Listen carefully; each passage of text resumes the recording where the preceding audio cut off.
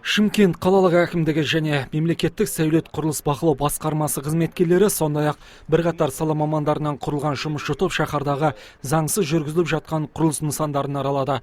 Арғынбеков көшесінің бойындағы бірнеше азаматтар тұрғын үй құрылысына берілген жерлерге бизнес объектілерін салуды ұйғарыпты. Жерді мақсатсыз пайдалану өз алдына, онда өзге заңсыздықтарға жол берілгені анықталған.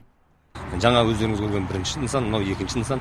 Бұл екі нысанда да жобалау жұмыстары және сараптамадан өтпестен құрылыс жұмыстарын бастап жіберген. Мына жердегі құрылыс нысанының егесі Айтбаева Назира 2014 жылы сатып алу шартыменен осы жерді алған. Біздің тарапымыздан 396.400 теңге 200 АЕК, яғни айыппұл салынды және нұсқама берілді. Осы нұсқамада біз жобалау жұмысын жасап, сараптамадан өткізіп беріп отырмыз. Егер оны орындамаған жағдайда біз бұл құрылысты екінші рет 400 АЕК айыппұл салып, құрылысын тоқтатып, құрылысын тоқтатпаған жағдайда сотқа өткіземіз.